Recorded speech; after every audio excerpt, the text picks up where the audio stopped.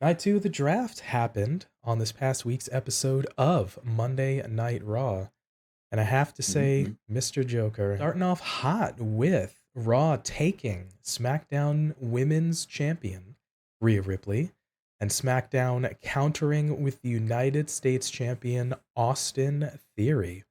Quite the interesting hot start. What'd you think of those first picks out of the gate? Yeah, that it makes sense because the Raw Women's Champion is on SmackDown, and how can we have them swap the titles if the SmackDown Women's Champion doesn't get moved to Raw, and the Intercontinental Champion got moved to Raw? So why would we have the US title on Raw? We'll move it to SmackDown. It made sense. So I was like, okay, cool, yeah. I mean, you probably could have drafted those two on Raw Talk because that's about as important as those are. Personally, I thought it was more interesting that Mami got drafted by herself, which led in for doubt for about 15, 20 minutes that maybe the Judgment Day was getting broken up. But, it was about the most interesting thing from those first two picks that I thought. It made sense. It harkens back to our previous conversation from night one, where SmackDown drafted the Raw Women's Champion Bianca Belair, of course. And now to counter that, or for some symmetry purposes, naturally, I thought it was good that we had the first pick was Rhea Ripley, because again, it pairs that off, but as well makes a big deal. Because she, if you recall, night one, it was Rowan was taken first, world champion. Cody was the counter, so another strong individual. And then you had Bianca taken early as well. So we were going for the sort of heavy hitters. Now with night one, we're like, all right, well, sort of what's the biggest sort of champion or kind of person? So Rhea kind of makes sense. I'm okay with that. And again, the parody of since the IC was moved to Raw, the United States champion Austin Theory made sense to move to SmackDown. So Mhm. um I'm good with that. So yeah. Kinda it Yeah, worked out. it's like I can't disagree. Like I thought that the selections made sense because well they just made sense. Like it's not as if you look at it and you go, well, we're going to have two women's champions. We're going to have the intercontinental. Like it is what was going to happen. 100%, it was always going to happen. So it wasn't surprising, is what I'm trying to get at. A lot of the picks here this evening were not surprising because they're based on the picks that were made on the Friday night. That's makes perfect sense. And speaking of a segue, we'll get into those picks right here. So we see Raw taking Seth Rollins, Kevin Owens, and Sami Zayn, the Undisputed Tag Team Champions. The Judgment Day, Finn Balor, Damian Priest, and Dominik Mysterio. Liv Morgan and Raquel Rodriguez, the WWE Women's Tag Team Champions. The New Day, Kofi Kingston and Xavier Woods. It's been a minute since these gentlemen have been on Raw.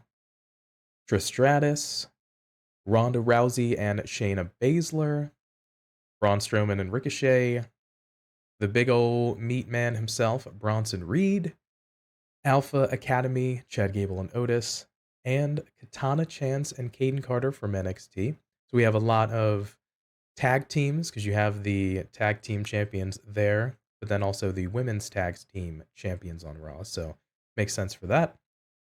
And then we see on the SmackDown side, they counter and they take the likes of Charlotte Flair, the Usos, the LWO, Rey Mysterio, Santos Escobar, Zelina Vega, Cruz del Toro, and Joaquin Wilde.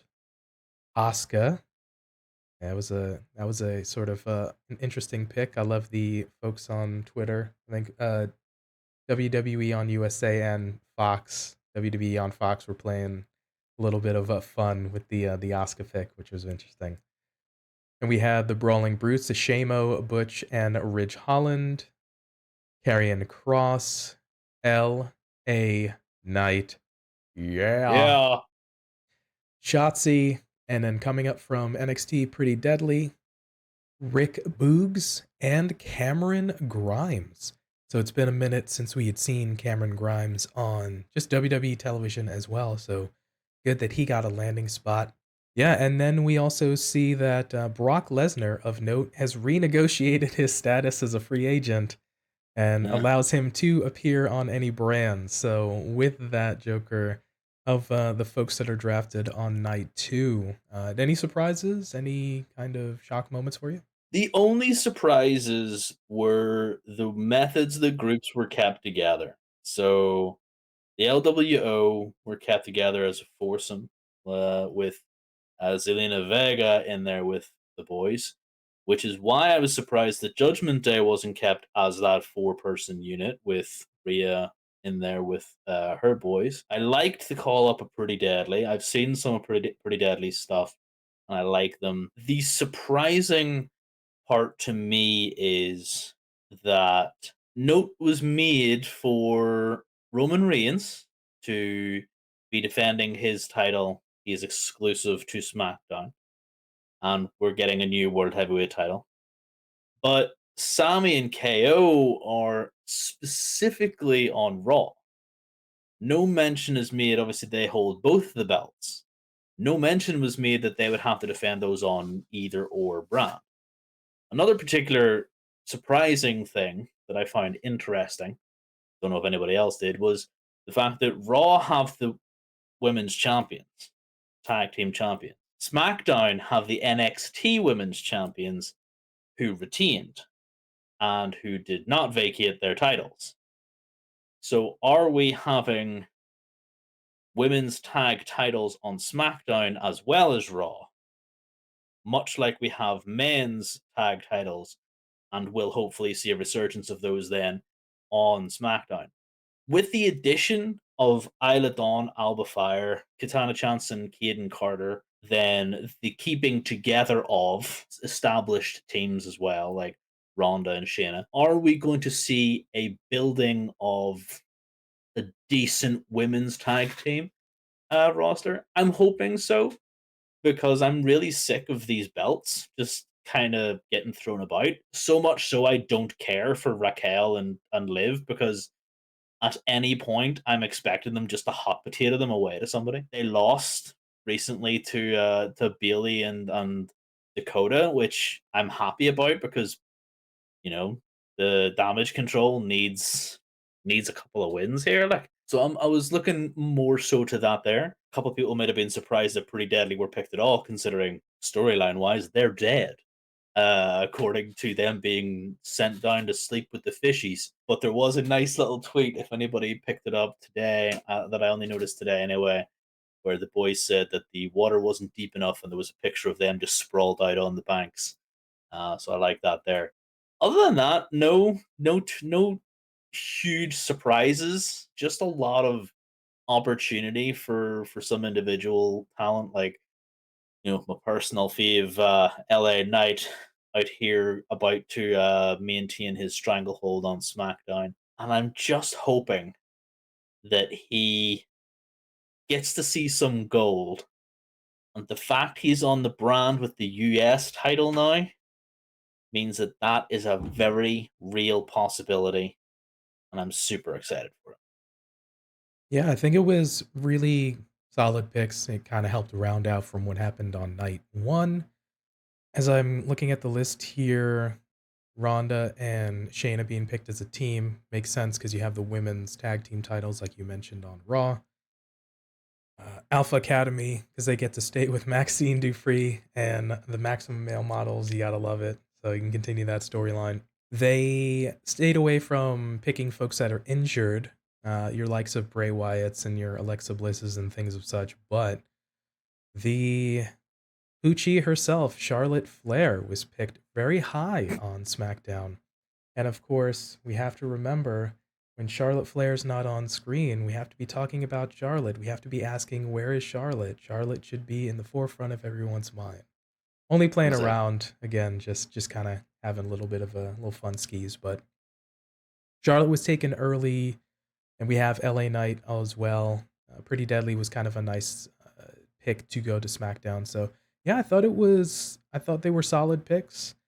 It was finally time for Cameron Grimes to actually just sort of get out of the phantom zone and be able to do something. So hopefully something comes up of that. But made sense that they confirmed our suspicions of Rhea being taken by Raw. So of course they have the wrong colored belts. They have to figure that out as well. And we'll see how the NXT Women Tag Team Champions that are now on SmackDown flesh themselves out. But one other question here, with Seth Rollins confirming to be on Raw, do we still feel like Raw is going to, excuse me, that Seth is going to be in that high contention for the World Heavyweight Championship? Are we still feeling that's good? Yeah, yeah. I don't feel like there's currently anyone who would suit that title better because we're going to be coming into a new section of the history of WWE.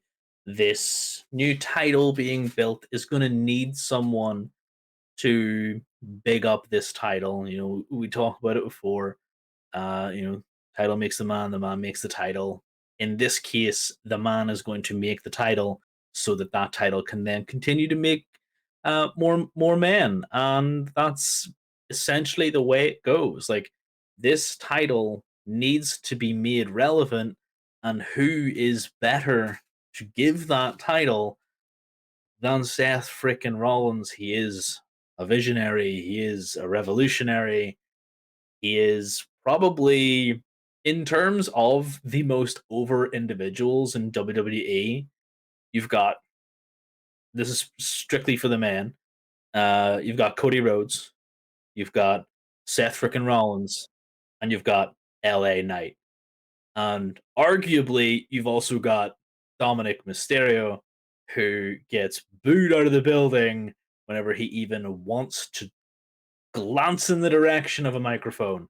He has nuclear heat, and it's fantastic, and I love to see it. And he's just like technically still over as heck because of it. So those are like the four people that you have in WWE who have this just unbelievable sort of charisma, this aura, this thing with the fans that they will finish sentences, they will cheer along. So yeah, it definitely has to be in terms of relevance to the title, Seth Rollins' gig. And if the Twitterverse is to be believed, WWE are actually leaning towards longer championship reigns to modernize them. I don't know what modernizing means in this regard by making the reigns longer, but okay. So we could see a 1 year plus reign for Seth, which would only make this title super relevant if he is supposed to be a workhorse and is going to be fighting every pay per view and defending and getting into decent storylines. Fair play. Like him or not, Dominik Mysterio is getting quite the nuclear heat reaction. Some guys work years and decades to try and just get heat. Some guys win, some guys fail, but whatever Dominik's doing, man, he's just laving it up. So kudos to him. And speaking real quick about modernizing the record book, if they want to have records that are a little bit more recent, we have to have Roman surpass Fabulous Moolah's 20-year plus reign to seem relevant. So he's got about another That's no, no. That's for 17-year Bianca. reign for so. That's for Bianca. That's not Romans. Either way, one final question here for you, Joker, my man. Anybody from Night Two's picks that you feel is going to have an impact on their new brand? Whereas before I said no, there was really nobody that I felt there was, and I pointed towards Night 2 having the more influential individuals. The fact that we have Grayson Waller picked up from NXT, I think, is going to be huge because he has been. I don't watch NXT often because honestly, I just can't stand it. I've seen an awful lot of Grayson Waller's stuff. He is going to be fantastic, and he is going to have such an impactful run that I can see gold for him, much in the way that we see Austin Theory having success. I would also love to see Austin Theory and Grayson Waller sort of team up and have an absolute heel, chokehold on things, it would be fantastic to see.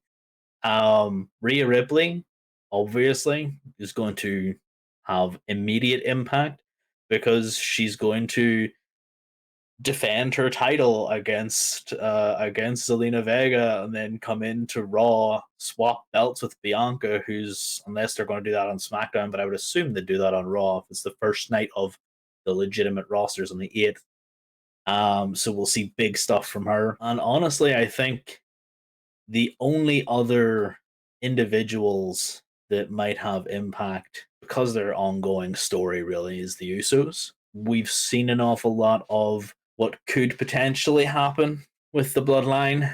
It hasn't been great, not gonna lie. It's kind of petered off for me, like we were talking about on the show. So yeah, they're going to have impact, but it's whether or not that impact is thrust upon them or they make that first impact. So we'll see. Yeah, I see the likes of the New Day getting a fresh coat of paint on Raw because they've been on SmackDown for quite a while. I hopefully good things come to fruition for Katana Chance and Caden Carter. Highly Athletic should be good. Hopefully the booking goes well for them.